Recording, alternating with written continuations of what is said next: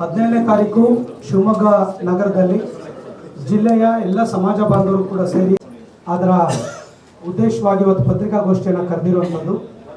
ಆ ಪತ್ರಿಕಾಗೋಷ್ಠಿಯಲ್ಲಿ ಸನ್ಮಾನ್ಯ ಐನೂರು ಮಂಜುನಾಥ್ರವರು ಮತ್ತು ಪಂಚಪೀಠಾಧೀಶ್ವರರ ಅಡ್ಡಪಲ್ಲಕ್ಕಿ ಮಹೋತ್ಸವ ಸಮಿತಿಯ ಕಾರ್ಯಾಧ್ಯಕ್ಷರಿದ್ದಾರೆ. ಹಾಗೆಯೇ ಜ್ಯೋತಿ ಪ್ರಕಾಶ್ ಅವರು ಸಮಾಜದ ಅಧ್ಯಕ್ಷರು ಮತ್ತು ಉಪಾಧ್ಯಕ್ಷರು, ಗೌರವಾಧ್ಯಕ್ಷರು ಈ ಸಮಿತಿಗೆ ಹಾಗೂ ಮಾಜಿ ಶಾಸಕರಾಗಿರುವಂಥ ರುದ್ರೇಗೌಡರು ಸರ್ ಅವರಿದ್ದಾರೆ. ಈ ಸಮಿತಿಯ ಉಪಾಧ್ಯಕ್ಷರು ಹಾಗೂ ಶಾಸಕರು ಆಗಿರುವಂಥ ಡಾಕ್ಟರ್ ಧನಂಜಯ್ ಸರ್ಜಿ ಅವರಿದ್ದಾರೆ. ಸಮಿತಿಯ ಪ್ರಧಾನ ಕಾರ್ಯದರ್ಶಿಗಳಾಗಿರುವಂಥ ಬಳ್ಳೆಕೆರೆ ಸಂತೋಷ್ ಅವರಿದ್ದಾರೆ. ನಾನು ಕೂಡ ಪ್ರಧಾನ ಕಾರ್ಯದರ್ಶಿಯಾಗಿದ್ದೇನೆ. ಹಾಗೆ ಎಚ್ ಮಹೇಶ್ ಅವರು ಸಮಿತಿಯ ಉಪಾಧ್ಯಕ್ಷರಿದ್ದಾರೆ. ಪ್ರಕಾಶ್ ಅವರಿದ್ದಾರೆ. ಹಾಗೆ ಸಮಿತಿಯ ಅನಿತಾ ರವಿಶಂಕರ್ ಅವರಿದ್ದಾರೆ. ವಿರೂಪಾಕ್ಷಪ್ಪನವರು ಉಪಾಧ್ಯಕ್ಷರಿದ್ದಾರೆ.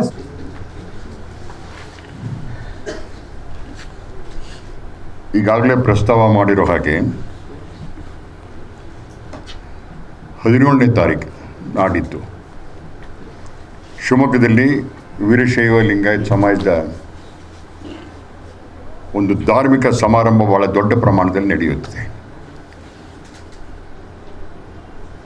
5 ಜನ ಪಂಚಪೀಠಾಧೀಶ್ವರರನ್ನು ಶಿವಮೊಗ್ಗ ನಗರದಲ್ಲಿ ಒತ್ತಟ್ಟಿಗೆ ಸೇರಿಸಿ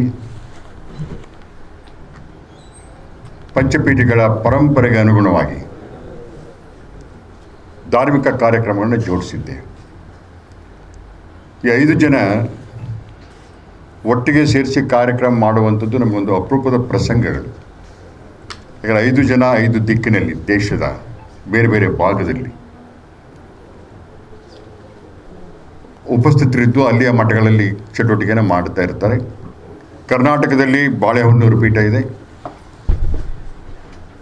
ಆಂಧ್ರದಲ್ಲಿ ಶ್ರೀಶೈಲ ಪೀಠ, ಉತ್ತರಾಖಂಡ್ ಅಲ್ಲಿ ಕೇದಾರ ಪೀಠ, ಉತ್ತರ ಪ್ರದೇಶ ಕಾಶಿಯಲ್ಲಿ ಕಾಶಿಪೀಠ, ಮಧ್ಯಪ್ರದೇಶದ ಉಜ್ಜಯಿನಿಯಲ್ಲಿ ಉಜ್ಜಿನಿ ಪೀಠ, ಅದು ಬಳ್ಳಾರಿಯಲ್ಲಿ ಕೂಡ ಇದೆ. ಈ ಥರ 5 ದಿಕ್ಕಿನಲ್ಲಿರ್ತಕ್ಕಂಥ ಪಂಚಪೀಠಾಧೀಶರನ್ನ ಒಟ್ಟಿಗೆ ಸೇರಿಸಿ ಧಾರ್ಮಿಕ ಸಮಾರಂಭವನ್ನು ಆಗಾಗ್ಗೆ ಮಾಡುವಂಥದ್ದು ಒಂದು ನಮ್ಮಲ್ಲಿ ಪದ್ಧತಿ. ಅದರಲ್ಲೂ ವಿಶೇಷವಾಗಿ ಪಂಚಪೀಠಾಧೀಶರಲ್ಲಿ ಯಾರು ನಿವೃತ್ತರಾಗಿ ಹೊಸಬರ ನಿಯುಕ್ತಿ ಆಗುತ್ತೋ ಉತ್ತರಾಧಿಕಾರಿಗಳು, ಆ ಥರ ಆದಂಥ ಸಂದರ್ಭದಲ್ಲಿ ಅವರುಗಳನ್ನ ಸಮಾಜದ ಬಂಧುಗಳು ತಮ್ಮ ತಮ್ಮ ಊರುಗಳಿಗೆ ಆಹ್ವಾನ ಮಾಡಿ ಅವ್ರನ್ನ ಸ್ವಾಗತ ಮಾಡೋದ್ರ ಮೂಲಕ ಪುರಪ್ರವೇಶದ ಕಾರ್ಯಕ್ರಮವನ್ನು ಮಾಡ್ತೇವೆ. ಆ ಥರ ನೂತನ ಪೀಠಾಧೀಶಗಳು ಪುರಪ್ರವೇಶ ಮಾಡಿ ಬರುವಾಗ ಅಡ್ಡಪಲ್ಲಕ್ಕಿಯ ಮೂಲಕ ಅವರ ಮೆರವಣಿಗೆಯನ್ನು, ಧಾರ್ಮಿಕ ಸಭೆಗಳನ್ನು ಮಾಡಿದ ನಂತರ ಆ ಪೀಠಾಧೀಶರು ಯಾವಾಗ ಬೇಕಾದ್ರೂ ಆಯಾ ನಗರಗಳಲ್ಲಿ ಬಂದು ತಮ್ಮ ಧಾರ್ಮಿಕ ಚಟುವಟಿಕೆಗಳನ್ನು ಮಾಡುವಂಥದ್ದು ಒಂದು ಪದ್ಧತಿ, ಒಂದು ಪರಂಪರೆ. ಈಗ 5 ಜನರಲ್ಲಿ 3 ಜನ ಹೊಸಬರಿದ್ದಾರೆ, ನೂತನ ಪೀಠಾಧೀಶರು ಉತ್ತರಾಧಿಕಾರಿಗಳಾಗಿ. ಕಾಶಿ, ಉಜ್ಜಯಿನಿ, ಶ್ರೀಶೈಲ, ಇನ್ನಿಬ್ಬರು ಹಳಬರಿದ್ದಾರೆ, ಕೇದಾರ ಮತ್ತು ರಂಭಾಪುರಿಯವರು. ಆ ಹಿರಿಯರನ್ನು ಸೇರಿಸಿ 17ನೇ ತಾರೀಕು ಧಾರ್ಮಿಕ ಕಾರ್ಯಕ್ರಮವನ್ನು ಹಮ್ಮಿಕೊಂಡಿದ್ದೆ. 34 ವರ್ಷಗಳ ಕೆಳಗೆ ಈ ಕಾರ್ಯಕ್ರಮ ನಡೆದಿತ್ತು. 34 ವರ್ಷಗಳ ನಂತರ ಈಗ ಸಮಾಜದ ಎಲ್ಲ ಬಂಧುಗಳು, ನಮ್ಮ ಸಂಘ ಸಂಸ್ಥೆಗಳು, ಎಲ್ಲ ಶಾಸಕರು, ಸಂಸದರು, ಮಾಜಿ ಶಾಸಕರು, ಸಂಸದರುಗಳು, ನಮ್ಮ ಕಾರ್ಪೊರೇಟರ್ಸ್ಗಳು, ಸಂಘ ಸಂಸ್ಥೆಯವರು ಎಲ್ಲರೂ ಒಟ್ಟಾಗಿ ಸೇರಿ ಅದ್ಧೂರಿಯಾಗಿ 5 ಜನ ಸ್ವಾಗತವನ್ನು ಮಾಡಿ 17ನೇ ತಾರೀಕು ಮಧ್ಯಾಹ್ನ 3 ಗಂಟೆಗೆ ಗಾಂಧಿ ಬಜಾರ್ನ ಬಸವೇಶ್ವರ ದೇವಸ್ಥಾನದಿಂದ ಅಡ್ಡಪಲ್ಲಕ್ಕಿ ಮಹೋತ್ಸವ ಪ್ರಾರಂಭ ಆಗುತ್ತೆ. ಅದು ಮೆರವಣಿಗೆಯ ಮೂಲಕ ಶಿವಪ್ಪನಾಯಕ ಸರ್ಕಲ್, ನೆಹರು ರಸ್ತೆ, ಗೋಪಿ ಸರ್ಕಲ್, ಜೈಲ್ ಸರ್ಕಲ್, ನಂತರ ಅಲ್ಲಮಪ್ರಭು ಮೈದಾನಕ್ಕೆ ಬಂದು ಸೇರ್ಪಡೆಯಾಗುತ್ತೆ. ಅಲ್ಲಿ ಧಾರ್ಮಿಕ ಸಭೆಯನ್ನು ಮಾಡ್ತಾರೆ. ಈ ಕಾರ್ಯಕ್ರಮದಲ್ಲಿ ಕಲಾ ತಂಡಗಳು, ಎಲ್ಲ ರೀತಿಯ ನಮ್ಮ ಜಿಲ್ಲೆಯ ಸಮಾಜ ಬಾಂಧವರು, ಎಲ್ಲ ನಮ್ಮ ನಾಯಕರುಗಳು ಎಲ್ಲರೂ ಒಟ್ಟಾಗಿ ಮೆರವಣಿಗೆಯಲ್ಲಿ ಬಂದು ಆ ಸಭೆಯಲ್ಲಿ ಪಾಲ್ಗೊಳ್ತಾರೆ. ಈ ಸಂದರ್ಭದಲ್ಲಿ ನಮ್ಮ ಜಿಲ್ಲೆಯ ಅಗ್ರಶ್ರೇಣಿಯ ನಾಯಕರಾಗಿರ್ತಕ್ಕಂಥ ಸನ್ಮಾನ್ಯ ಯಡಿಯೂರಪ್ಪನವರು ರಾಜ್ಯದಲ್ಲಿ ಯಾರೂ ಕೂಡ 4 ಬಾರಿ ಮುಖ್ಯಮಂತ್ರಿ ಆಗಿಲ್ಲ. ಸನ್ಮಾನ್ಯ ಯಡಿಯೂರಪ್ಪನವರು 4 ಬಾರಿ ಮುಖ್ಯಮಂತ್ರಿ, 2 ಬಾರಿ ಅಲ್ಪಾವಧಿ, 2 ಬಾರಿ ದೀರ್ಘಾವಧಿ. ಆ ಥರ 4 ಬಾರಿ ಮುಖ್ಯಮಂತ್ರಿಯಾಗಿ ಒಂದು ರಾಜಕೀಯ ದಾಖಲೆಯನ್ನು ನಿರ್ಮಿಸಿರ್ತಕ್ಕಂಥ ನಾಯಕರಾದ ಯಡಿಯೂರಪ್ಪನವರು ನಮ್ಮ ಜಿಲ್ಲೆಯವರು ಮತ್ತು ನಮ್ಮ ಸಮಾಜದವರು ಅಂತಕ್ಕಂಥ ಒಂದು ಭಾವನೆಯಿಂದ ಅವರು ಎಲ್ಲ ಸಮಾಜಕ್ಕೂ ಮಾಡಿರ್ತಕ್ಕಂಥ ಕೆಲಸಗಳನ್ನು, ಅಭಿವೃದ್ಧಿಯ ಕಾರ್ಯಗಳನ್ನು ನೆನಪಿಟ್ಟುಕೊಂಡು ಅವರು ರಾಜಕೀಯ ಚುನಾವಣಾ ರಾಜಕಾರಣಕ್ಕೆ ಬಂದು 50 ವರ್ಷಗಳಾಯಿತು.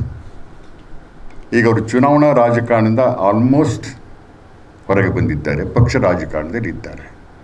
ಇಂಥ ಸಂದರ್ಭದಲ್ಲಿ ಅವರ ಸಾರ್ವಜನಿಕ ಸೇವೆಯನ್ನು ಮತ್ತು ಸಮಾಜಕ್ಕೆ, ರಾಜ್ಯಕ್ಕೆ ಮಾಡಿದಂಥ ಸೇವೆಯನ್ನು ನೆನಪಿಟ್ಟುಕೊಂಡು ಒಂದು ಕೃತಜ್ಞತಾ ಸಮಾರಂಭ ಅವತ್ತು ಏರ್ಪಡಿಸಿದ್ದೇವೆ ನಾವು ಜಿಲ್ಲೆಯವರು. 5 ಜನ ಸ್ವಾಮೀಜಿಗಳ ಸಮ್ಮುಖದಲ್ಲಿ ಅವರಿಗೆ ಸನ್ಮಾನವನ್ನು ಮಾಡೋದ್ರ ಮೂಲಕ ಅವರ ಜೀವಿತಾವಧಿಯ ಉಳಿದ ದಿನಗಳು ಅತ್ಯಂತ ನೆಮ್ಮದಿಯ ಮತ್ತು ಸುಖದಾಯಕ ದಿನಗಳಾಗಿರಬೇಕು, ಅವರಿಗೆ ದೀರ್ಘಾಯುಷ್ಯ ಮತ್ತು ಆರೋಗ್ಯ ಪ್ರಾಪ್ತವಾಗಲಿ ಅನ್ನೋಂಥ ಪ್ರಾರ್ಥನೆಯೊಂದಿಗೆ ಸ್ವಾಮೀಜಿಗಳ ಸಮ್ಮುಖದಲ್ಲಿ ಅವರಿಗೆ ಸನ್ಮಾನವನ್ನು, ಕೃತಜ್ಞತಾ ಸಮಾರಂಭವನ್ನು ಏರ್ಪಡಿಸಿದ್ದೇವೆ. ಇವೆರಡೂ ಕಾರ್ಯಕ್ರಮಕ್ಕೆ, ಇವೆರಡೂ ಅಪರೂಪ. ಮತ್ತೆ ಯಡಿಯೂರಪ್ಪನವ್ರದ್ದೇನು ಕಾರ್ಯಕ್ರಮವನ್ನು ಮಾಡೋದಿಲ್ಲ, ಪಂಚಪೀಠದ್ದು ಕೂಡ ಹಾಗಾಗಿ ಮಾಡುವಂಥದ್ದಲ್ಲ. ಹಾಗಾಗಿ 34 ವರ್ಷಗಳ ನಂತರ ನಡೀತಿರ್ತಕ್ಕಂಥ ಧಾರ್ಮಿಕ ಸಮಾರಂಭ, 50 ವರ್ಷದ ರಾಜಕಾರಣ ದಾರಿಯನ್ನು ಸವಿಸಿದಂಥ ಯಡಿಯೂರಪ್ಪನವರ ಸಮಾರಂಭ, ಇವೆರಡಕ್ಕೂ ಅತಿ ಹೆಚ್ಚಿನ ಸಂಖ್ಯೆಯಲ್ಲಿ ಸಮಾಜ ಬಾಂಧವರು ಮಾತ್ರ ಅಲ್ಲ, ಎಲ್ಲ ಜಾತಿ ಜನಾಂಗದವರು ಕೂಡ ಇದಕ್ಕೆ ಬರಬೇಕು, ಪಾಲ್ಗೊಳ್ಳಬೇಕು ಅನ್ನೋಂಥ ವಿನಂತಿಯನ್ನು ತಮ್ಮ ಮೂಲಕ ಮಾಡಿಕೊಳ್ತಾ ಇದ್ದೇವೆ. ಅವತ್ತಿನ ದಿವಸ ಮೆರವಣಿಗೆಯ ನಂತರ ನಮ್ಮ ಪರಂಪರೆಗೆ ಅನುಗುಣವಾಗಿ ಬಂದಂಥ ಎಲ್ಲ ಜನತೆಗೆ ದಾಸೋಹದ ವ್ಯವಸ್ಥೆಯನ್ನು ಕೂಡ ಮಾಡಿರ್ತೇವೆ. ದಯಮಾಡಿ ಜಿಲ್ಲೆಯ ಜನತೆ ಅತಿ ಹೆಚ್ಚಿನ ಸಂಖ್ಯೆಯಲ್ಲಿ ಪಕ್ಷಭೇದ, ಜಾತಿಭೇದ, ಧರ್ಮಭೇದಗಳನ್ನ ಮರೆತು ಪಾಲ್ಗೊಳ್ಳಬೇಕು ಅಂತ ಆಹ್ವಾನವನ್ನು ಈ ಮೂಲಕ ಕೊಟ್ಟು ನನ್ನ ಮಾತನ್ನು ಮುಕ್ತಾಯ ಮಾಡ್ತಾಯಿದ್ದೇನೆ. ಇದ್ರ ಬಗ್ಗೆ ತಾವೇನಾದ್ರು ವಿವರಣೆಯನ್ನು ರುದ್ರೇಗೌಡರು ಮಾತಾಡ್ತಾರೆ. ಆನಂತರ ಇನ್ನೇನೋ ವಿವರಣೆಗಳು ಬೇಕಾಗಿದ್ದರೆ ಅದು ನಾವು ಸಾರ್ವಜನಿಕರಿಗೆ ಕೇಳಿ ನಿಮ್ಮನ್ನು ಬಿಟ್ಬಿಟ್ಟು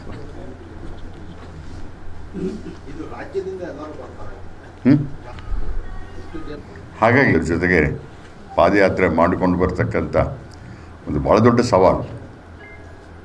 ಹಾಗಾಗಿ ಎಷ್ಟು ಜನ ಬರ್ತಾರೆ ಮೆರವಣಿಗೆಯಲ್ಲಿ. ಪಂಚಪೀಠಾಧೀಶರು ಗುರುಗಳು ಅವತ್ತು ಬಾರಿ ಶಾಸಕರಾಗಿದ್ದರು. ನಮಗೆ ಇವತ್ತು ನೆಹರು ಸ್ಟೇಡಿಯಂ ಧರ್ಮಸಭೆಯ ಜ್ಞಾಪಕ ಇದೆ, ಕಣ್ಣಿಗೆ ಬರುತ್ತೆ. ಯಡಿಯೂರಪ್ಪನವರಿಗೆ 5 ಜನ ಗುರುಗಳು 5 ಹಾರ ಹಾಕಿದರು. ನೀವು ಮುಂದೆ ಒಂದು ದಿವಸ ಮುಖ್ಯಮಂತ್ರಿ ಆಗಬೇಕು ಈ ರಾಜ್ಯದಲ್ಲಿ, ಆಗ್ತೀರಾ ಅಂತೇಳಿ. ಆ ರೀತಿ ಯಡಿಯೂರಪ್ಪನವರು 4 ಸಲ ಮುಖ್ಯಮಂತ್ರಿ ಆಗಿದ್ದಾರೆ. ಅದಕ್ಕೆ ಇವತ್ತು ಈ ಸಲ ಇದು ರಾಜಕೀಯ ಚುನಾವಣಾ ಜೀವನದ ಕೊನೆ ಅಂತ ಯಡಿಯೂರಪ್ಪನವರು ಈ ಸಲ ಕಾರ್ಯಕ್ರಮಕ್ಕೆ ಇಡೀ ಜಿಲ್ಲೆಯಿಂದ ಎಲ್ಲ ವೀರಶೈವರಿಗೂ ಸಮಾಜ ಬೇರೆ ಬೇರೆ ಜನಾಂಗದವರು ಸಹ ಯಡಿಯೂರಪ್ಪನವರು ಮಾಡಿರೋ ಅಭಿವೃದ್ಧಿಗೆ ನೋಡಿಕೊಂಡು ಈ ಕಾರ್ಯಕ್ರಮಕ್ಕೆ ಭಾಗವಹಿಸಬೇಕು ಅಂತೇಳಿ ನನ್ನ ಸಮಾಜದ ಪರವಾಗಿ ಎಲ್ಲರಿಗೂ ಕೇಳ್ಕೊತೀನಿ. ಧನ್ಯವಾದಗಳು.